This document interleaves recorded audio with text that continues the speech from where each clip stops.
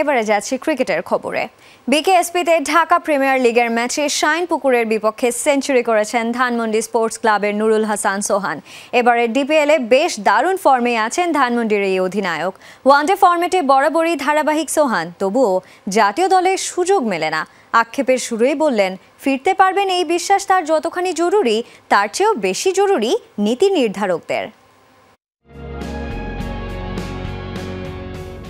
Century সবসময় special.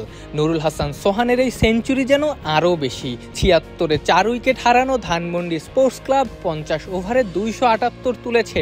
দলটার নেতা সোহানের অপরাজিত সেঞ্চুরিতে ওই যে বলে না, captain leading from the front, Sohan যেন এই কথার জলজ্যান্ত উদাহরণ।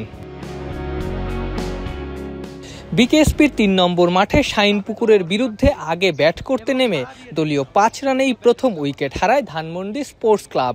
সোহান যখন ক্রিজে এসেছেন ৩ উইকেটে দলীয় রান তখন মোটে ৪৫ ছুঁয়েছে।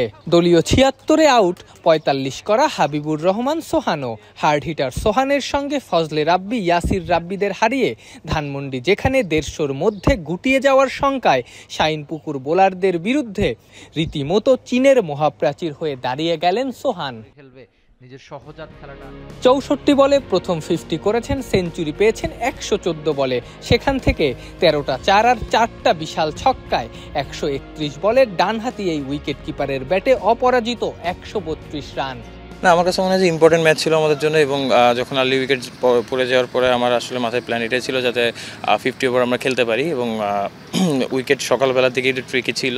তো আমার কাছে মনে হয় যে 260 যদি করতে পারতাম, এই সময় যে ব্যাটসম্যান আমার সাথে ব্যাটিং করতেছিল তাদের সাথে এটাই কমিউনিকেশন হচ্ছিল। এবারের ঢাকা প্রিমিয়ার লিগে এরই মধ্যে প্রায় ৩০০ রান করে ফেলেছেন সোহান।